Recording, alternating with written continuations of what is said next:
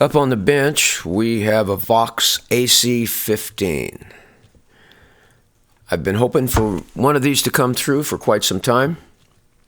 It's a classic Vox design. They have an AC10 and an AC30 also, and they kind of correspond with their output wattage. This AC15 is a 15 watt output, and it uses two EL84s.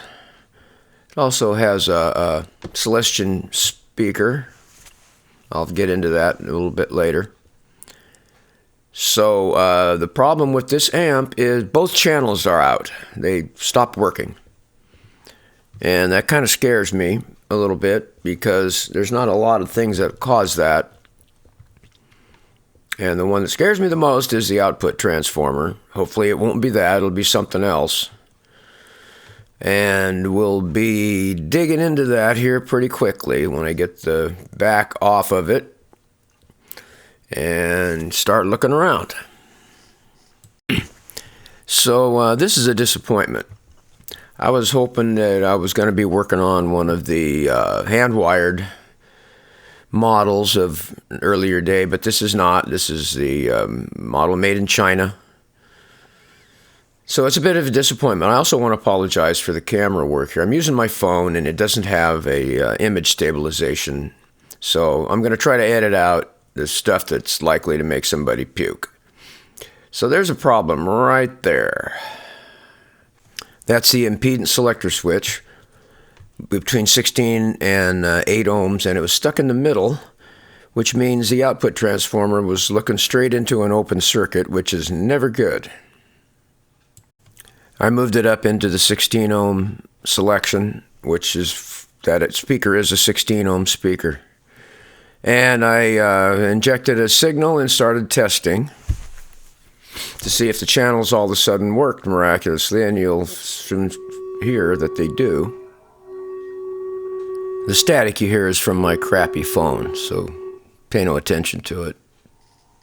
So I checked both channels, and both channels were working, so that was really the only problem, and I'm glad something serious didn't happen while that output transformer was pumping into an open circuit.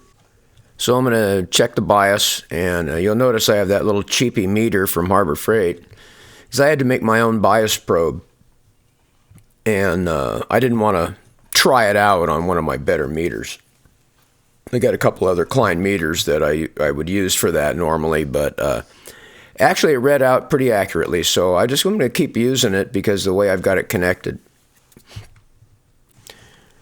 So we'll do a little quick math, and that's biased a little hot. Max is 12. This is a cathode bias, so you can bias it right up to its capacity without any problems. It's a little hot. So I checked the other tube, and it was a little bit lower and probably closer to 12.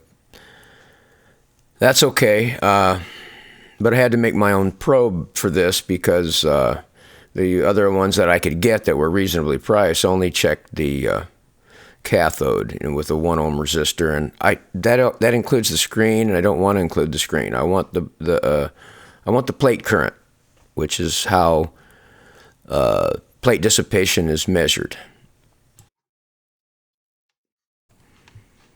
And this is the plate dissipation for the other tube, which is pretty much right on 12. So this is the plate probe that I made. And it's kind of crude, but it seems to work just fine. What I did was I just took a tube socket, and then I took an old 9-pin tube and broke the glass off of it as carefully as I could. And then you solder all the pins straight through, one to the other, except for pin 7, which is where the two wires come out. It just breaks out that part of it and sends it through your multimeter. There was sharp glass and wires sticking out, so I just packed it full of epoxy. Tried to make it look as good as I could, but as you can see, it doesn't really look very good. But it's pretty solid now, and the wires are held firmly. This is one from like for a 6L6 or an EL34 or a 6V6. those are fairly inexpensive to buy. So, but I couldn't find one for the AL84. There's some YouTube videos that'll show you how to make your own if you really want one. So yeah, I was disappointed when I got the back off of it to find out that it was a newer one with all the surface mount shit on the printed circuit board, which makes it really almost impossible to work on or find any bad components. So, and I generally don't work on those, so it's probably a good thing that the fix was simple.